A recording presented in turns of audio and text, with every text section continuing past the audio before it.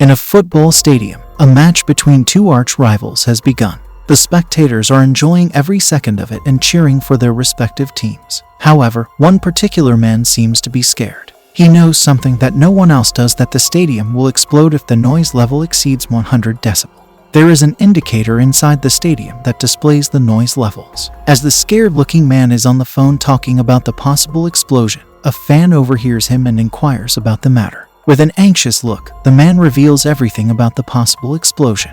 He then asserts that if a goal is scored, the noise levels will obviously increase. Hearing this, the fan becomes worried, but he knows what he is supposed to do. He has to prevent any goals until the final whistle. Unfortunately, the home team gets a penalty. Chaos is about to unfold, but in the nick of time, the fan heroically runs to the pitch and kicks the ball. This delays the explosion for the time being, but he delay it until the full-time whistle. Following this, the movie goes into a flashback. In the depths of the ocean, east of Hiroshima, a Korean submarine named Hala is passing through. Inside, there are several Navy officers trying to protect their country from attackers. The leader of the group, Iswa, he is the same scared man from the first scene. Unfortunately, one day, they come under heavy fire as an enemy submarine starts bombarding with missiles. Kang calms his crew down and tries his best to guide them towards safety, but is unsuccessful. At the end, Hala crashes at the bottom of the ocean. The scene then fast forwards by a year, and Kang, who is still alive, has started living a normal life.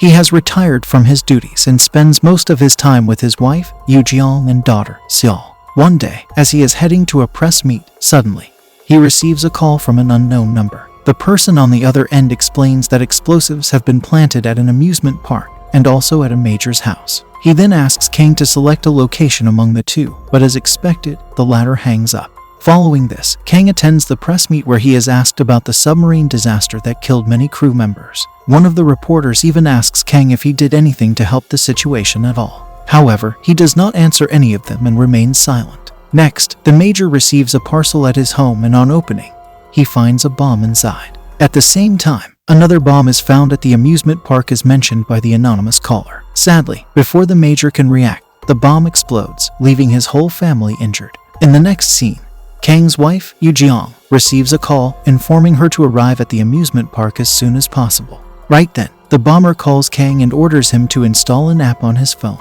He explains that the app will block all other calls and messages apart from his. Kang obviously thinks the entire thing is BS and refuses to comply, but when the caller threatens to detonate the next bomb, he hurriedly installs the app. And as soon as he does so, he receives the next location, which is going to be bombed. To Kang's horror, it is the city's largest football stadium, Asiatic Main Arena. Before hanging up, the bomber warns Kang against informing the police and gives him 60 minutes to save the people in the stadium.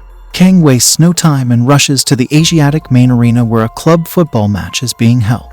He goes inside the stadium and immediately starts panicking after noticing the sheer number of spectators there. Moreover, finding a tiny bomb inside the time frame is also virtually impossible. Just then, the bomber calls Kang and gives him some instructions. Firstly, the bomb works on sound. If the noise inside the stadium reaches 100 decibels, it will get activated.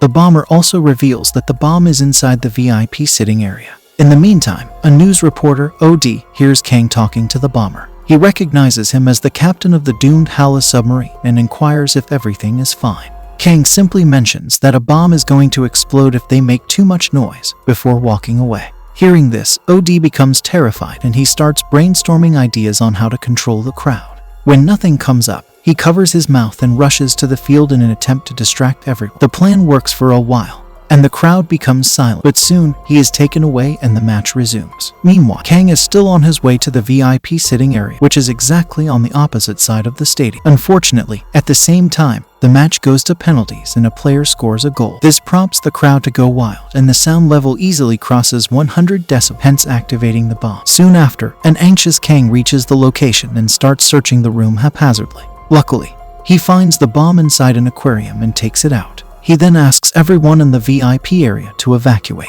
All the people comply, and they rush to safety. However, one kid is left behind with only 5 seconds on the bomb timer. Kang, who is already out, sees this and rushes to save the kid. He covers her body with his, and at the same time, the bomb explodes. Fortunately, both of them survive, and as Kang walks out of the room, holding the little kid, everyone claps for him with respect. Later, as Kang is leaving the stadium, he again receives a call from the bomber, who reveals his next target. It turns out to be a local swimming pool resort, which is always sprawling with people. The timer also starts, which is exactly 60 minutes. Since the resort is very far, Kang asks the reporter, OD, to lend his car for the day. The latter obliges, but only on the condition that he can join. Kang doesn't want to endanger anyone, but since he doesn't have much time, he agrees. On the other hand, as Seol is returning home alone, she gets kidnapped. Meanwhile, Kang showcases his impeccable driving skills and manages to reach the resort in a matter of minutes. But in the process, he breaks every traffic rule imaginable.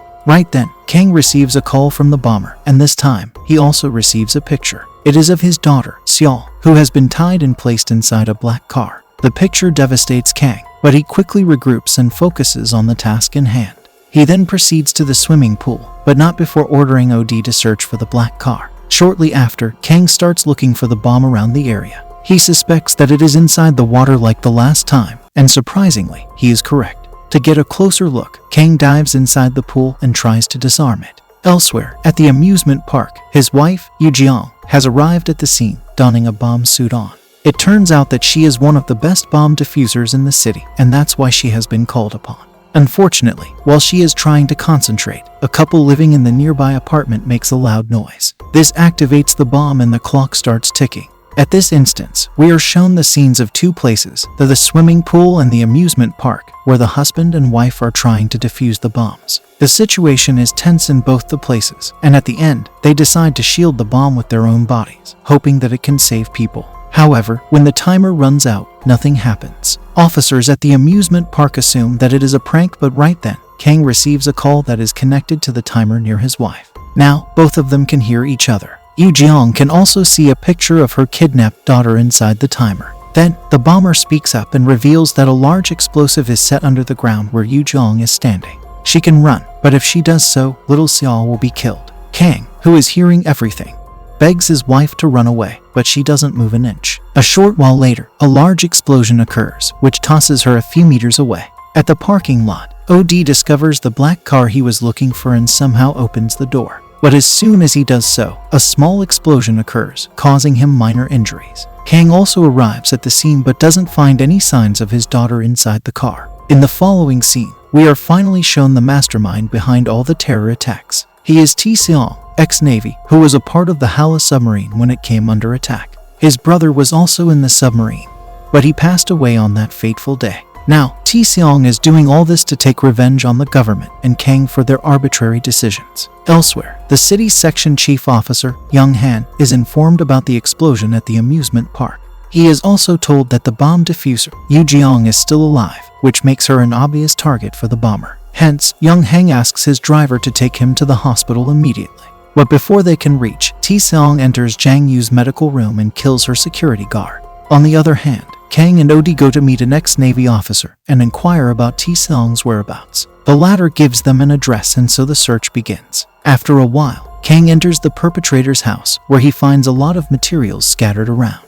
These are the same materials that are used to make the bombs. Right then, Kang receives a call from Tae Seong, who holds him responsible for the death of his other co-officers. Kang tries his best to justify himself, but Tae Seong does not listen and suggests he meet him at the Mist Hotel. After this, disguising himself as a doctor, Tae Seong takes Yoo Jeong out of her room in a wheelchair to the hallway. In the meantime, Young Han also arrives there but fails to recognize the perpetrator. He instead goes straight to Yoo Jeong's room and finds her guard lying dead on the floor. Alarmed, he orders his driver to scan the whole area for Tae Seong.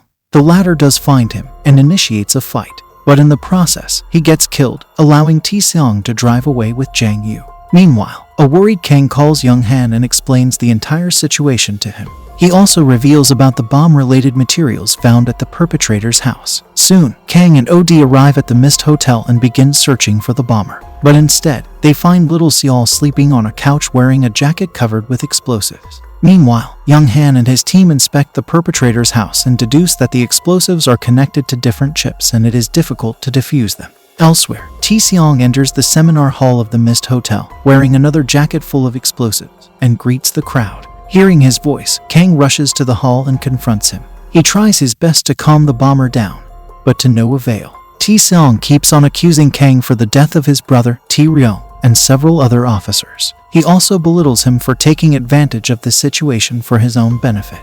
Following this, we are taken into a flashback. It has been 11 days since Hala has been stuck at the bottom of the ocean. Tae-ryung can be seen talking to his brother and mentioning that he has full faith in Captain Kang and his ability to save them. Right then, Kang receives a telegram message from the headquarters stating that it will take around 15 days for help to arrive. With only 19% oxygen left in the submarine, the Navy officers start to panic. Hence, to control the situation and save as many officers as possible, Kang comes up with a plan.